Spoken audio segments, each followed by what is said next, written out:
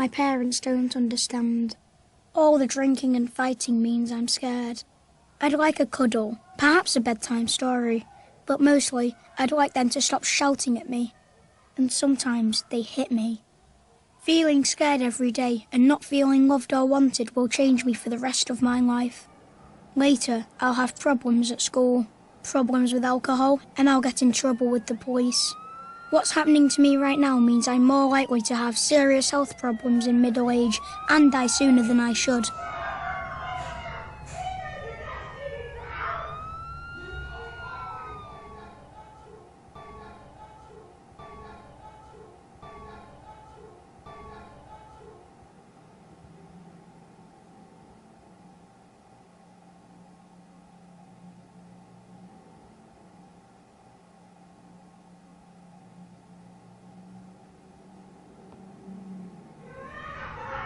Doctors say my life is full of adverse childhood experiences, or ACEs.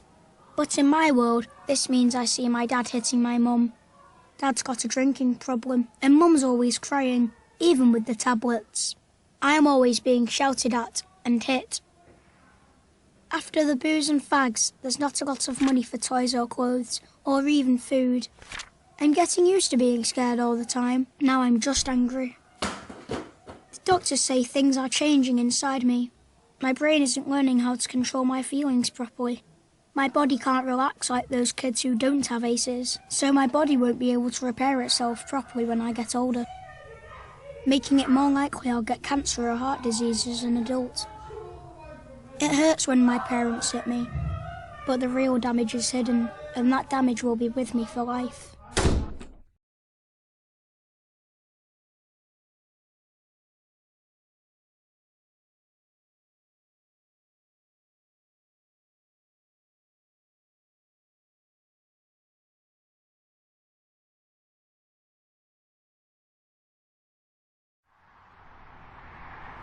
I drink and smoke.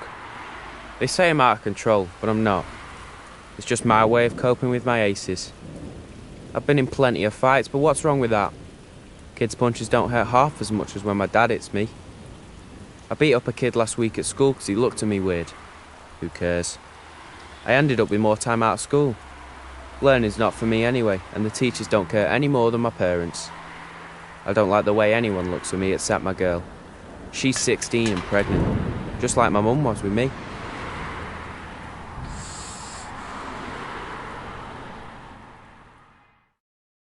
So this is where I've ended up. I've got diabetes and cancer's probably on the way. I know these kill you, but I couldn't do without them. I've never had a proper job and I've spent time inside. I hate my kids. I hate their mum too, until she left, so my kids have grown up with ACEs. And now my daughter had her first kid. She's 16. The course of my life was set in the wrong direction a long time ago. I know where I'm heading, and sadly I know where my kids are heading too.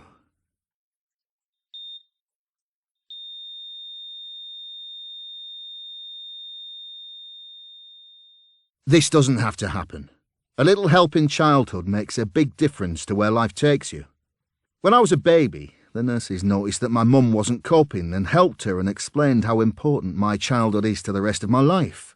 So, with a bit of help, she coped. The police came round after next door complained about the noise from Mum and Dad fighting. They asked how I was feeling. I told them I was scared all the time. Mum and Dad got help. The shouting got better and the hitting stopped. I even got some bedtime stories. I still had problems at school, but the teacher asked me about what was happening at home. I got help controlling my feelings. It wasn't a lot, but it was enough.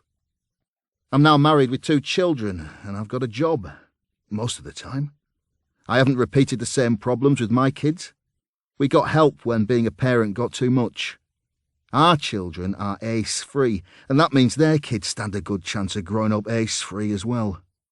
Almost half the people in England and Wales experienced one ACE as a child, and 1 in 10 of us suffered 4 or more ACEs.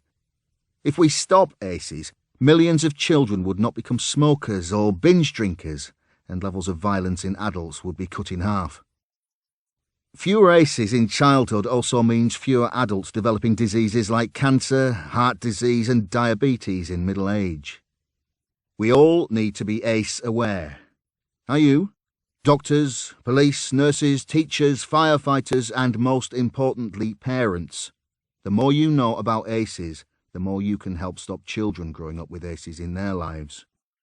And for those of you who have already suffered ACEs, the more you know, the more you can help yourself and others who have suffered ACEs cope.